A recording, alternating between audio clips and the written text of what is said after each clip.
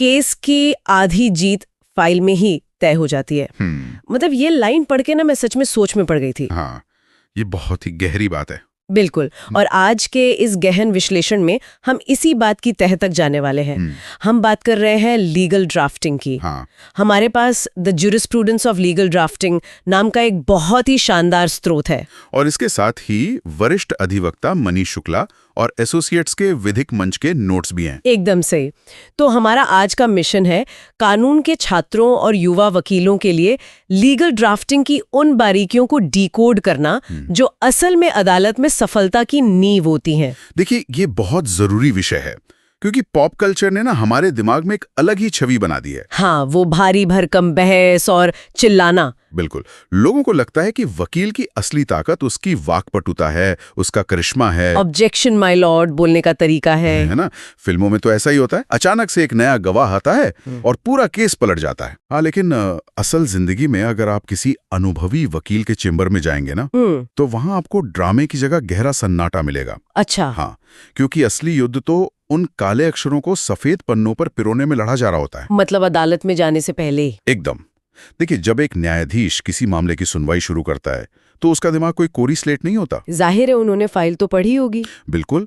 और आपके ड्राफ्ट ने जज के दिमाग में एक फ्रेमवर्क, एक नजरिया पहले ही बना दिया है। अगर वो फ्रेमवर्क कमजोर है ना, तो फिर आप कोर्ट में कितना भी अच्छा बोल लें, कोई फायदा नहीं। कोई फायदा नहीं। दुनिया का बेहतरीन से बेहतरीन वक्ता भी उस केस को अदालत में खड़े होकर बचा नहीं सकता। तो इसका मतलब ये हुआ कि ड्राफ्टिंग सिर्फ किसी टाइपिस्ट के पास बैठकर मुवक्किल की कहानी को कानूनी भाषा में अनुवाद करवाने का काम नहीं है। बिल्कुल भी नहीं। क्योंकि शुरुआती दिनों में अक्सर युवा वकीलों की यही धारणा होती है कि भाई जो हुआ है वो बस लिखवा दो और कोर्ट में फाइल कर दो। हाँ, और यही वो सबसे बड़ी गलती कर बैठते हैं। यहाँ जो मनीष शुक्ला जी का नजरिया है ना स्रोत में, वो इसे बहुत अलग तरह से देखता है। हाँ, वो इसे रणनीति मानते हैं। बिल्कुल। वो कहते हैं कि ये तथ्यों, कानून और रणनीति का एक बेहद संतुलित मिश्रण है। तो मैं इसे विजुअलाइज करने की कोशिश कर रही थी। बताइए। क्या हम ड्राफ्टिंग को एक गगनचुंबी इमारत की नींव की तरह देख सकते हैं? बहुत ही सटीक रूप कही है। मतलब अगर नींव ही टेढ़ी या कमजोर है तो अदालत में बहस के दौरान केस की इमारत तो भरभरा कर गिरी जाएगी। एकदम सही कहा आपने। और इसी बात को एडवोकेट अमन बाजपेयी जी के नोट्स भी बहुत मजबूती से आगे बढ़ाते हैं। अच्छा, वो क्या कहते हैं? वो समझाते हैं कि चाहे मामला सिविल हो या क्रिमिनल, एक मजबूत ड्राफ्ट आपकी ओर से ढाल और तलवार दोनों का काम करता है। ढाल और तलवार, वो कैसे? देखिए, जब एक वकील अदालत में खड़ा होता है तो उसकी बहस हवा में नहीं होती। हाँ, वो तो दस्तावेजों पर होती है। बिल्कुल। वो उस ड्राफ्ट के पैराग्राफ नंबर्स पर टिकी होती है। मैं आपको एक उदाहरण से समझाता हूँ। हाँ प्लीज, उदाहरण से ज्यादा स्पष्ट होगा। अब मान लीजिए कोई रिकवरी सूट है, किसी का पैसा डूब गया है। ठीक है। अब एक अच्छे वकील ने क्या किया कि लिमिटेशन एक्ट यानी समय सीमा की मियाद को ड्राफ्ट में ही इतनी चतुराई से पिरो दिया कि विपक्षी वकील के पास कोर्ट में खड़े होकर ये कहने का मौका ही ना बचे कि ये केस तो समय सीमा के बाहर है। ओह, मतलब बहस शुरू होने से पहले ही विरोधी का सबसे बड़ा हथियार छीन लिया। बिल्कुल। आपने उसके लिए एक लीगल ट्रिप वायर बिछा दिया। अरे वाह, ट्रिप वायर। मतलब विपक्षी वकील ने एक गलत कदम रखा और वो सीधा आपके बिछाए जाल में फंस गया। एकदम। ड्राफ्टिंग सिर्फ ये बताना नहीं है कि क्या हुआ है, तो और क्या है? ये तय करना है कि क्या नहीं बताना है और किस क्रम में बताना है। ये बहुत दिलचस्प है, लेकिन यहाँ मेरे दिमाग में एक विरोधाभास आ रहा है और मैं इस पे थोड़ी बहस करना चाहूंगी। बिल्कुल, बताइए। अक्सर युवा वकीलों को या एक आम इंसान को लगता है कि अगर मुवक्किल का केस सच्चा है तो सच्चाई तो खुद बोलती है ना। अगर ड्राफ्टिंग थोड़ी बहुत कमजोर रह भी गई तो क्या एक जज सिर्फ एक तकनीकी खामी के चलते सच्चाई को नजरअंदाज कर देगा? ये बहुत ही आम सवाल है। मतलब क्या एक खराब ड्राफ्ट सच में एक सच्चे केस को डुबा सकता है? देखिए, ये आदर्शवाद और यथार्थवाद के बीच की लड़ाई है।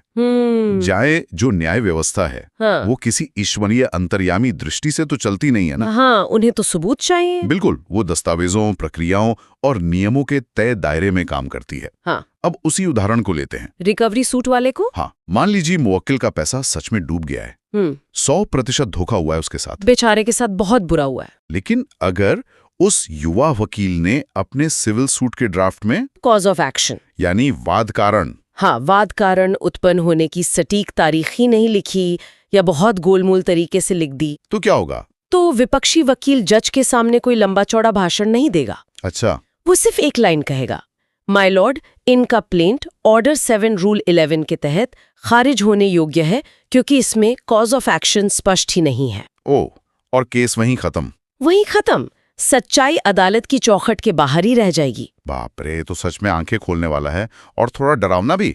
इसीलिए कहा जाता है कि अदालत के कठोर नियमों का उपयोग करके ही अपनी सच्चाई को सुरक्षित किया जा सकता है। बिल्कुल, एक छोटी सी तकनीकी चूक और पूरी मेहनत पानी में। एकदम सही। अब अगर हम उन आम गलतियों की बात करें जो इस कानूनी ढाल को कमजोर करती हैं। बड़ी गलती बताई गई है, भावनाओं में बह जाना। हाँ, ड्राफ्ट को एक मेलोड्रामा बना देना। लेकिन एक मिनट रुकिए, जज भी तो इंसान होते हैं ना? बिल्कुल होते हैं। उनमें भी तो सहानुभूति होती है। अब मान लीजिए किसी मुवक्किल का घर रातों रात अवैध रूप से तोड़ दिया गया है, उसका पूरा परिवार सड़क पर आ गया है, तो क्या एक वकील को अपने ड्राफ्ट में उस दर्द को, उस चीख पुकार को नहीं उकेरना चाहिए? ऐसा सोचना बहुत स्वाभाविक है ना? क्योंकि मानवीय स्वभाव तो यही है कि हम दुख देख के पिघलते हैं। हाँ, और अक्सर मुवक्किल भी वकील पर दबाव डालता है कि जज साहब को बताइए हम रात भर सो नहीं पाए। बिल्कुल, कि हमारे रिश्तेदार क्या ताने मार रहे हैं। लेकिन वकालत की दुनिया में ये एक बहुत बड़ी भूल भुलैया है। भूल भुलैया? वो कैसे? हमें अदालत की कार्यप्रणाली के कॉग्निटिव लोड यानी मानसिक बोझ को समझना होगा। जज के मानसिक बोझ को? हाँ, एक न्यायाधीश के पास दिन में 60, 70 या कभी-कभी 100 से ज्यादा फाइलें होती हैं पढ़ने के लिए। बाप रे, 100 फाइलें एक दिन में? तो जब वो आपकी फाइल खोलता है ना, तो वो कोई उपन्यास पढ़ने के मूड में नहीं होता। वो तो बस तथ्य ढूंढ रहा होगा। एकदम, एक सर्जन की तरह वो बीमारी का कारण खोज रहा है। समझ रही हूँ। अब अगर कोई वकील 3 पन्ने सिर्फ मुवक्किल के रोने और समाज में हुई बेइज्जती के बारे में लिख दे, तो जज इरिटेट हो जाएगा। बिल्कुल, वो अपना समय बर्बाद होता देख रहा है। जज ये ढूंढ रहा है कि मालिकाना हक का दस्तावेज कहाँ है, कब्जे की तारीख क्या थी, हाँ, और किस म्युनिसिपल बायलॉ का उल्लंघन हुआ है। मतलब हम जज को वो जानकारी दे रहे हैं जो उसे चाहिए ही नहीं। और जो कानूनी तथ्य उसे चाहिए, उन्हें भावनाओं के भारी मलबे के नीचे दबा दे रहे हैं। ये तो बहुत बड़ा नुकसान है। लेकिन क्या इस मेलोड्रामा का कोई और भी तकनीकी नुकसान होता है? बहुत बड़ा तकनीकी नुकसान होता है। अच्छा, समय बर्बाद होने के अलावा भी। हाँ, और यही वो जगह है जहां भावनाएं एक वकील के लिए आत्मघाती हो जाती हैं। आत्मघाती? वो कैसे, जरे से डिकोड कीजिए। देखिए, ड्राफ्ट में लिखा गया हर एक शब्द, हर एक दावा एविडेंस एक्ट के तहत जिरह के लिए यानी क्रॉस एग्जामिनेशन के लिए खुला होता है। ओ, मतलब जो आपने लिख दिया उस पर सवाल पूछे जा सकते हैं। बिल्कुल। अब मान लीजिए एक युवा वकील ने अति उत्साह में लिख दिया कि मुवक्किल इतना सदमे में था कि वो 15 दिन तक घर से बाहर ही नहीं निकला। इमोशनल इम्पैक्ट डालने के लिए। हाँ, लेकिन विपक्षी वकील इस एक लाइन को मजबूती से पकड़ लेगा। अरे, वो ट्रायल के दौरान मुवक्किल से पूछेगा कि आप सच में 15 दिन घर से नहीं निकले? और अगर वो निकला होगा तो? वो कहेगा, आपकी बैंक स्टेटमेंट या फोन की लोकेशन तो दिखा रही है कि आप तीसरे दिन बाजार में सब्जी खरीद रहे थे। Oh my God. हाँ, तो मतलब मुख्य विवाद था संपत्ति का अवैध कब्जा, लेकिन बहस तो मुवक्किल के झूठ बोलने पर आ गई। सटीक। भावनाओं ने विपक्षी पक्ष को आपकी साख गिराने का एक मुफ्त का हथियार दे दिया। आपने खुद ही अपने पैरों पे कुल्हाड़ी मार ली। एकदम। इसीलिए एक अनुभवी वकील जानता है कि अदालत को आंसू नहीं चाहिए, कानूनी आधार चाहिए। मतलब वो भावनाओं को पूरी तरह से फिल्टर कर देता है। पूरी तरह से। ये तो बहुत ही शानदार इंसाइट है। आपने अपने ही ड्राफ्ट में अपने लिए गड्ढा खोद लिया, सिर्फ इसलिए क्योंकि आप उसे एक शेक्सपियरियन ट्रेजेडी बनाना चाहते थे। हाँ, और यही सबसे बचना है। तो चलिए भावनाओं को हटा देते हैं। अब ड्राफ्ट को धारदार बनाने के लिए क्या बचता है? अब आते हैं उन तकनीकी स्तंभों पर जिनकी हमने शुरुआत में बात की थी। हाँ, स्रोत में 3 प्रमुख स्तंभ बताए गए हैं: क्रोनोलॉजी यानी तथ्यों का सही क्रम, अनावश्यक बातों से बचना और कानूनी प्रावधानों का सटीक उपयोग। बिल्कुल, यहीं से ड्राफ्टिंग की असली इंजीनियरिंग शुरू होती है। तो सबसे पहले क्रोनोलॉजी को लेते हैं। घटनाओं के क्रम को सही रखना इतना जादुई क्यों माना जाता है? अक्सर लोग इसे हल्के में लेते हैं, सोचते हैं तारीखें ही तो हैं, आगे पीछे लिख दो, क्या फर्क पड़ता है। हाँ, मतलब बात तो समझ आई जाएगी। लेकिन ये सिर्फ तारीखों की बात नहीं है, ये जज के दिमाग को अपने कंट्रोल में लेने का एक मनोवैज्ञानिक तरीका है। जज के दिमाग को कंट्रोल करना, ये थोड़ा भारी शब्द है। इसे कैसे डिकोड करेंगे? देखिए, मानव मस्तिष्क कहानियों को एक सीधे क्रम में यानी लीनियर प्रोग्रेशन में समझने के लिए बना है। एक के बाद एक। हाँ, अब जब तथ्य जंप करते हैं ना, जैसे पहले 2024 की घटना बता दी, फिर अचानक 2021 का कोई संदर्भ दे दिया, फिर वापस 2023 पर आ गए। बिल्कुल, तो जज का दिमाग कहानी को स्वाभाविक रूप से समझने के बजाय उस टाइमलाइन की पहेली सुलझाने में उलझ जाता है। एकदम सही। मनोविज्ञान में इसे कॉग्निटिव फ्रिक्शन या मानसिक घर्षण कहते हैं। अगर जज को आपका ड्राफ्ट समझने के लिए बार बार पन्ने पलटकर पीछे देखना पड़ रहा है कि ये कौन से साल की बात हो रही है, तो आप आधी लड़ाई वहीं हार चुके हैं। बिल्कुल। क्रोनोलॉजी इस घर्षण को खत्म करती है। चलिए इसे एक ठोस उदाहरण से समझते हैं। बताइए। मान लीजिए किसी पार्टनरशिप फर्म में दो लोगों के बीच विवाद है। ठीक है। अब एक युवा वकील बिना क्रोनोलॉजी के शायद ऐसे लिखेगा कि वादी को पिछले महीने कंपनी से निकाल दिया गया, जबकि उसने सारा निवेश किया था, और 2018 में जब कंपनी बनी थी तब प्रतिवादी ने कोई पैसा नहीं दिया था, और कल प्रतिवादी ने बैंक खाते भी सील कर दिए। अरे बाप रे। है ना, ये सुनते ही मुझे चक्कर आ रहा है। दिमाग को आगे पीछे भागना पड़ रहा है। और यही चक्कर जज को भी आएगा। हाँ। अब देखिए, एक मास्टर ड्राफ्टर इसे कैसे लिखेगा? वो इसे उलझाएगा नहीं, बुलेट पॉइंट्स में तोड़ेगा। अच्छा, कैसे? वो लिखेगा, पॉइंट 1, 10 मार्च 2018 को दोनों पक्षों के बीच 50-50% हिस्सेदारी का पार्टनरशिप डीड साइन हुआ। एकदम स्पष्ट शुरुआत। पॉइंट 2, वर्ष 2018 से 2023 तक कंपनी का बैंक अकाउंट दोनों के संयुक्त हस्ताक्षर से चला। पॉइंट 3, 5 फरवरी 2024 को प्रतिवादी ने बैंक को एक तरफा पत्र लिखकर वादी का एक्सेस ब्लॉक कर दिया। और पॉइंट 4, 10 फरवरी को वादी ने लीगल नोटिस भेजा, जिसका कोई जवाब नहीं आया। वाह, ये तो बिल्कुल एक शांत बहती हुई नदी की तरह है ना? जज को घटनाक्रम समझने के लिए कोई एक्स्ट्रा मेहनत नहीं करनी पड़ी। वो तुरंत समझ जाएगा कि पूरा विवाद 5 फरवरी के उस पत्र से शुरू हुआ है। बिल्कुल। और ये क्रोनोलॉजी ही दूसरे स्तंभ में भी मदद करती है, यानी अनावश्यक बातों से बचने में। हाँ, जब आप तारीखों के हिसाब से चलते हैं तो आपको खुद समझ आ जाता है कि कौन सी बात फिट नहीं बैठ रही।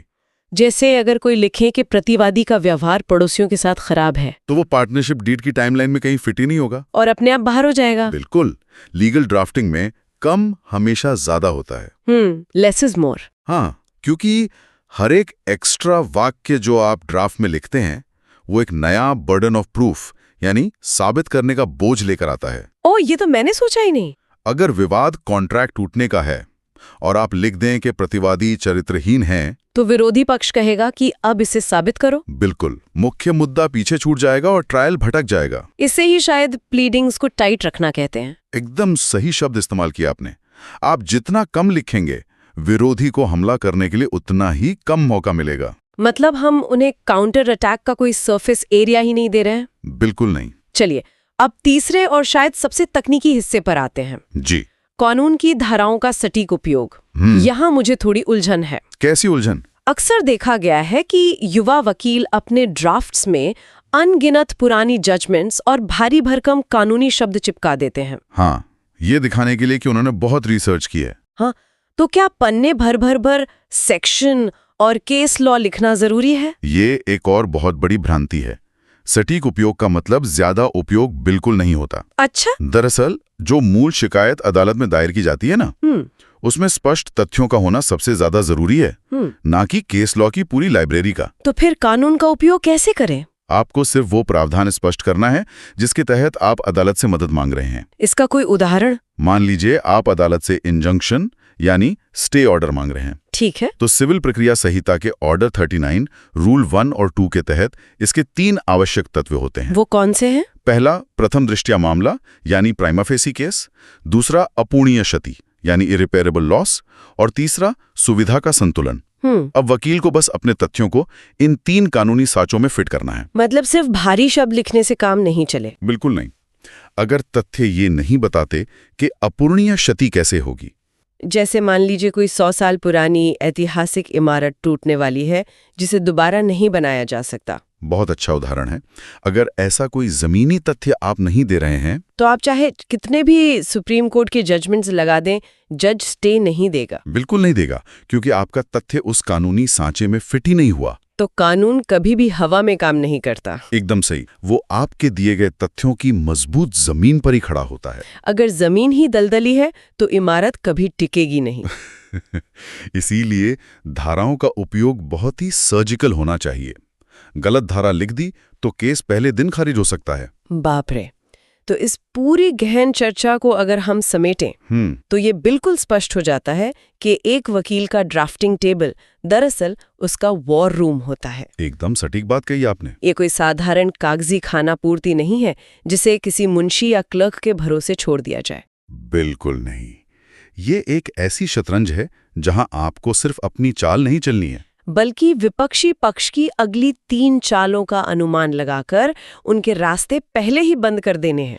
और यही वो कला है जो एक नौसिखिए और एक मास्टर लॉयर के बीच का अंतर तय करती है। हाँ, वो भावनाओं को बाहर छोड़कर आता है और केवल तर्क की भाषा में बात करता है। बिल्कुल। लेकिन जैसा कि इन विश्लेषणों में अक्सर होता है ना कि हम एक दरवाजे को समझते हैं तो 10 और नए दरवाजे खुल जाते हैं। ये तो है।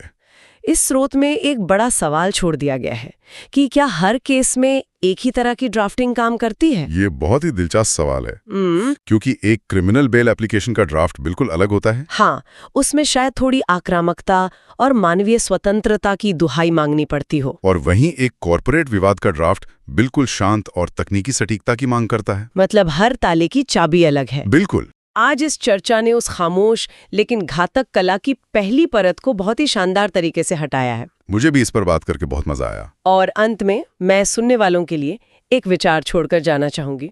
शुरुआत में हमने अदालत के उस शोरगुल वाले फिल्मी दृश्य की बात की थी। हाँ, जब वकील में थपथपाता है। बिल्कुल।